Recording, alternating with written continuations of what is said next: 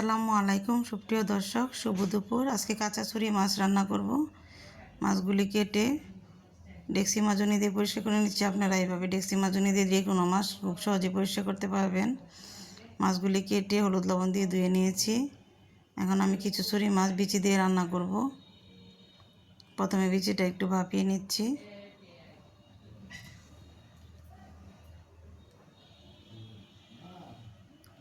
চুলায় একটা ডেক্সি বসিয়ে পরিমাণ মতো তেল দিয়ে দিলাম। হাফ চা চামচ রসুন কুচি দিয়ে দিয়েছি। 3 টেবিল চামচ পেঁয়াজ বাটা দিয়ে দিলাম। স্বাদ মতো লবণ দিয়ে দিয়েছি। 1.5 চা চামচ হলুদ গুঁড়ি দিলাম। 1.5 চা চামচ ধনিয়ার গুঁড়ি দিলাম।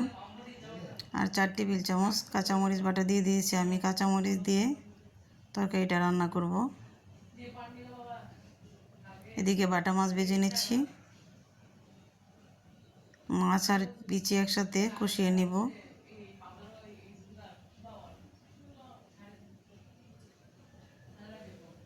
একটু পানি দিয়ে আরও ভালো করে মাছটা কষিয়ে নিব।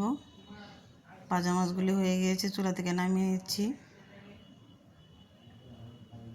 ঝোলের জন্য পানি অ্যাড করে দিচ্ছি।